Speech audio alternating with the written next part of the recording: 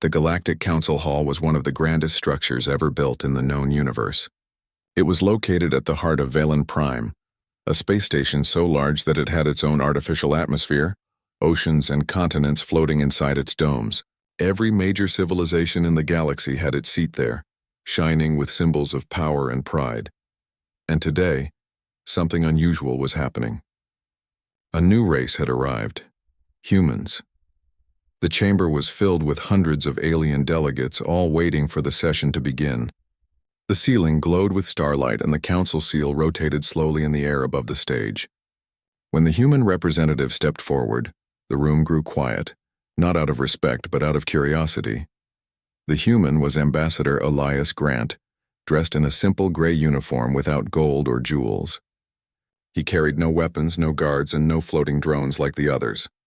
Only a small digital pad rested in his hand. He looked calm, though he could feel the weight of every gaze in the hall. The council chair, a tall crystalline being known as Valerie Prime, raised her shining hand. Her voice echoed through the chamber. The session begins. Human representative, you may present your case for entry into the Galactic Council. Elias nodded slightly and began to speak, his voice steady and clear. Thank you, honorable members of the council. Humanity comes in peace. We do not seek conquest or control. We wish to share knowledge and to learn. Our people have developed stable energy systems, terraforming technologies, and methods of planetary restoration. We hope these will benefit all civilizations. He tapped his pad and a hologram appeared. Images of Earth, its oceans, forests, and cities. Then scenes of Mars being slowly transformed into a living world. A few delegates leaned forward in interest, but others smirked or whispered. From the left side of the hall, a harsh, dry laugh broke out. The sound came from Admiral Kreth, a massive reptilian being with scales like dark steel. His yellow eyes gleamed with amusement. You humans speak of peace? Your species has fought wars for thousands of years just on one small planet. You call that progress? Murmurs spread around the room. Some laughed quietly. Others nodded in agreement. Elias didn't respond. He simply folded his hands behind his back. Another voice joined in, soft, melodic, but full of pride. It was Arden Sol, a member of the feathered Avori race. You have barely learned faster than light travel. Your ships are small, your colonies few. You should have come to us to learn, not to request membership. A ripple of laughter passed through the chamber. Even the usually serious Valari delegates flickered with amusement. Elias waited for the noise to fade. His face remained calm, though inside he felt a quiet sadness. He had expected arrogance, but not open mockery. We may be young, he said gently, but we learn fast. Humanity has come far in a short time. We believe that every civilization, no matter its age, can offer something unique. A deep, mechanical voice responded from the shadows. It came from a Drocarian, a species of synthetic minds and machines. Your species is unpredictable, emotional, you act without logic. That is dangerous for council stability. More whispers followed. Emotional. Unstable. Primitive. Valari Prime lifted a crystalline arm, signaling for silence. Humanity's request will be reviewed. But I must remind you, Ambassador Grant, the council has strict requirements. We seek harmony, not chaos. Are you sure your species is ready for such responsibility? Elias took a deep breath and looked around at the crowd of powerful beings. Creatures of light, scales, feathers, and metal. He spoke quietly but clearly. We are not perfect. We have made mistakes, yes, but we learn from them. That is what makes us who we are. Silence followed for a moment. Then laughter again, sharp, mocking, echoing from every corner. The Valari chair sighed. This meeting is concluded. Humanity's request will be placed on record for future review. Elias stood there for a second, staring at the glowing symbols above the hall. Then he nodded once. Thank you for your time. He turned and walked away. No one stopped him. The laughter followed as he crossed the long corridor out of the chamber. Outside, in the docking bay, the human ship USS Horizon waited, small compared to the alien vessels, but sleek, strong, and built with a quiet confidence. The crew saluted as Ambassador Grant entered. Meeting results? Asked the pilot, Lieutenant Rana Patel. Elias gave a tired smile. As expected. They laughed. Rana frowned. And our response? He looked out through the viewport at the stars beyond the station. Proceed with Phase 2. She nodded and sent the coded message. Across the void, hidden behind an uncharted red dwarf star, something massive stirred. Thousands of kilometers wide, an enormous ring-shaped station came alive. Project Haven, humanity's first self-sustaining Dyson construction. It was invisible to sensors, cloaked behind plasma fields and quantum screens. Inside it were shipyards, colonies, and new forms of technology no other species had ever seen. Back on the horizon, Elias sat in silence. The stars outside looked peaceful, but he knew what lay beyond: the centuries of human struggle. The long wars, the endless rebuilding, and the unbroken will to survive. He whispered to himself, "They think we are weak because we seek peace. They don't understand that we choose peace because we know the cost of war." In the council hall, the laughter continued long after the human had left. Some races mocked the simplicity of human ships. Others dismissed them as reckless newcomers. One alien journalist even joked, "Humans are the children of the stars, noisy, proud, and quick to dream." But as days passed, a few began to wonder. Reports arrived from distant sectors, human exploration fleets withdrawing quietly from known routes, human embassies closing one after another, trade ships turning around without explanation. By the end of the week, all human communication channels went silent. No distress signals, no replies, nothing. The council assumed they were sulking. "They are just offended," the Valari chair said with a smile. "They will return soon enough." They didn't. On Earth's moon, deep inside the Lunar Command Complex, world leaders gathered in secret. Holograms of star maps glowed in the air, marking every known border of the Galactic Council. General Ayaka Ren, head of Earth's Defense Command, spoke firmly. The Council made its choice. We are not wanted among them. Then we make our own way. The Sol Federation stands on its own. Ambassador Grant appeared on the screen from his ship. They think we came to beg for acceptance. But that was never the plan. We came to see who our neighbors truly are. Now we know. The room was quiet. "And what now?" one leader asked. Elias's voice turned calm, almost cold. "Now we stop showing our hand. In the following months, humanity disappeared from the open maps of the galaxy. Colonies stopped transmitting publicly. Space routes once filled with Terran freighters went dark. Alien traders found empty relay stations and locked gates. Yet strange reports began spreading. Silent ships with unknown energy signatures seen near unstable sectors. Pirate fleets vanishing without trace. Warlords surrendering to invisible forces. No one could confirm it was humanity. No proof, no voice, no signal. But in quiet corners of the galaxy, whispers began to grow. The humans left without a word. Maybe they found something beyond our reach. Maybe they're building something. The laughter that once filled the council halls slowly faded. Meanwhile, aboard the USS Horizon, Elias stood before the wide viewport, watching the growing light of Project Haven. Ships drifted across the massive structure. Long carriers, sleek interceptors, and enormous cargo rings hauling materials from hidden asteroid bases. Rana walked beside him. "Do you think they'll realize what we're doing?" Elias smiled faintly. "Not until it's too late to stop us." He looked toward the stars where the council worlds lay, bright, proud, and unaware. "They laughed," he said softly, "but one day they'll understand. Humanity doesn't walk backward. We walk away, and when we return, the galaxy will never be the same." The engines of the Horizon glowed brighter, and the ship turned toward the endless dark. Behind it, the human-built station shone like a rising sun, silent, vast, and full of promise. 6 months had passed since humanity left the Galactic Council without a word. At first, the council members didn't care. The Valari chair had called it a childish reaction. The Kreth Admiral had laughed and said, "They'll crawl back once they realize how small they are." But they were wrong. Humans did not return.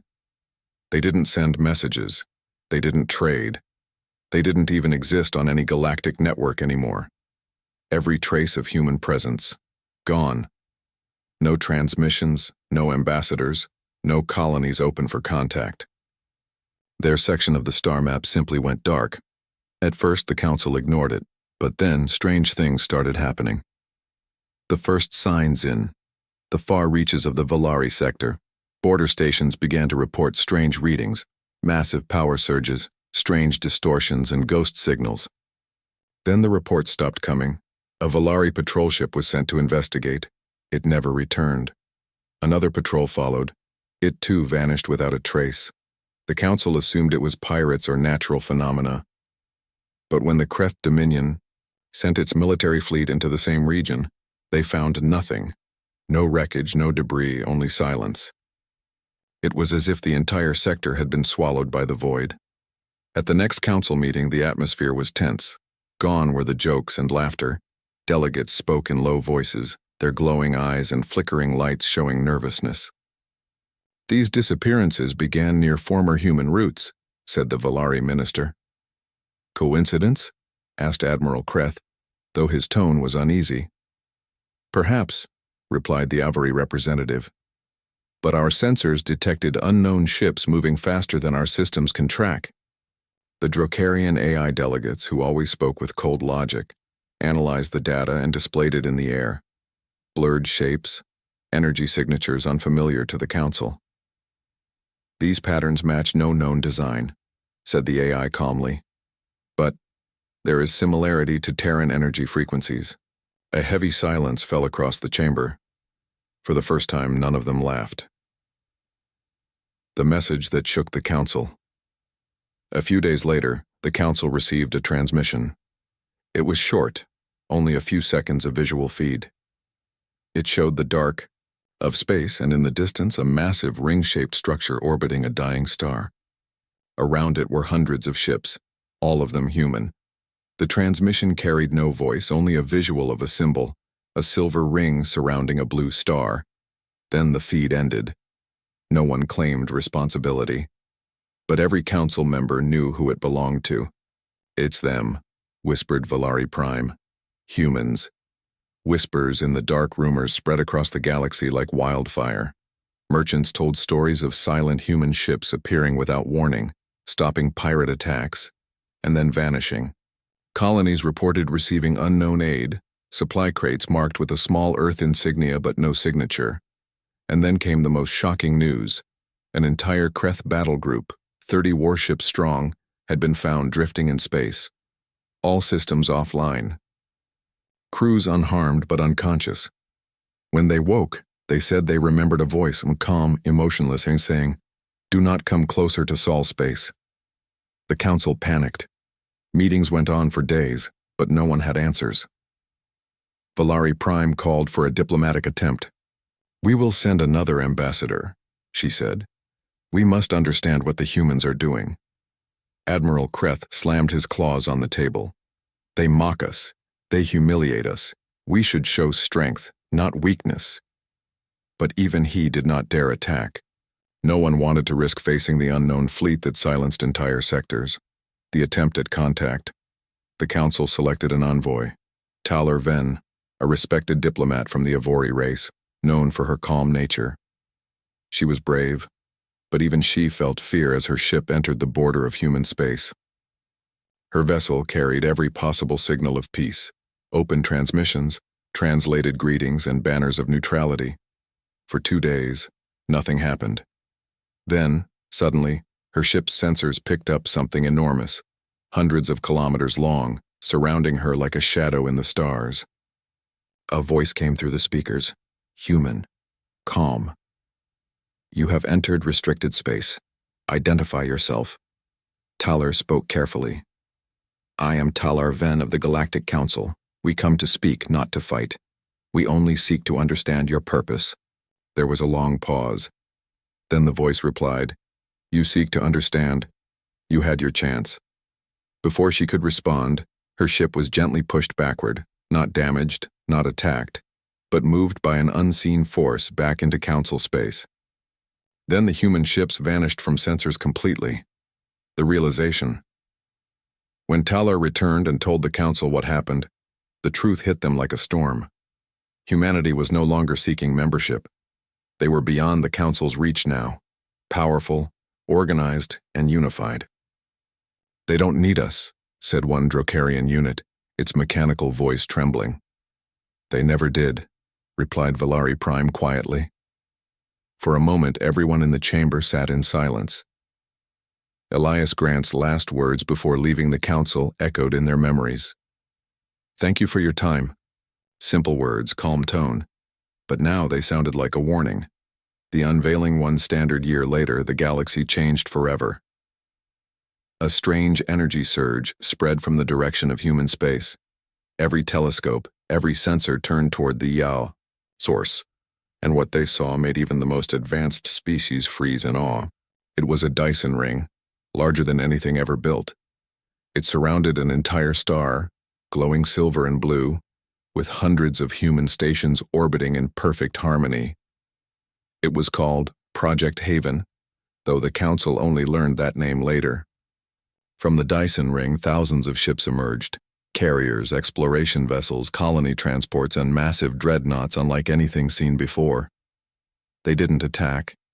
They didn't send demands. They simply moved through space in silence, spreading across unexplored regions. But their presence changed everything. Pirates fled, slavers vanished. Wars between alien factions stopped almost overnight. Wherever the humans went, order followed, not by rule, but by quiet power. The second message. Then one day every council communication channel received a signal. It was from Elias Grant. The message was short, calm, and broadcast across the stars. To the members of the Galactic Council, humanity wishes you peace. We came once to join you. You laughed, and we learned. We now follow our own path, not above you, not beneath you, but beyond you. Do not fear us, but do not test our silence again. After that, the message ended. No threats, no insults, no declarations, just silence. The reaction, for the first time in the Council's history, no one spoke for several minutes. Valari Prime finally broke the silence. They are unlike any race we have known. Admiral Kreth lowered his eyes. I mocked them. I thought they were weak. The Drocarian AI spoke next, voice soft and thoughtful. We underestimated the power of patience. We mistook humility for weakness. The Council passed a motion never to interfere with human space again, but deep down every species felt the same quiet fear and a strange respect. The legend begins years past. The Council thrived, but always under the quiet watch of human patrols. They never interfered, never demanded tribute or power. They just observed. Children of many races grew up hearing stories about the silent humans, the ones who left without anger and returned stronger than ever. Old admirals told young cadets, "If you see a silver ring ship in the distance, change course. They are watching." Merchants prayed that a human patrol might appear if pirates attacked, and in the halls of the Galactic Council, a monument stood quietly, a single gray stone with words carved in Terran script. They laughed, but we walked away. Epilogue: The Return. Many decades later, a new generation of council members decided to reach out again. Not to control, not to mock, but to learn. This time they sent a message of respect, not pride. To the people of Earth and the Sol Federation, we remember the laughter. We remember the silence. And now we come with open hearts. Will you speak with us once more? For weeks, no answer came. Then one day, the stars around Velan Prime shimmered, and a single ship appeared. It was small, elegant, and unmistakably human. From it stepped a young woman in a simple gray suit carrying a datapad, just like Elias Grant had many years ago. She looked around the council hall, smiled gently, and said, "My name is Ambassador Lyra Grant. My grandfather once stood here. He left when you laughed. I returned because he believed that one day you would listen. And for the first time in living memory, the Galactic Council stood in silence, not out of pride, but out of respect. They listened." Final words. Across the galaxy, the legend lived on. Humans, the species that once asked for friendship and were mocked, became the quiet guardians of the stars. They taught a lesson no one forgot. Strength is not in shouting the loudest, but in walking away and letting your silence speak for you. And so the council never laughed at humans again.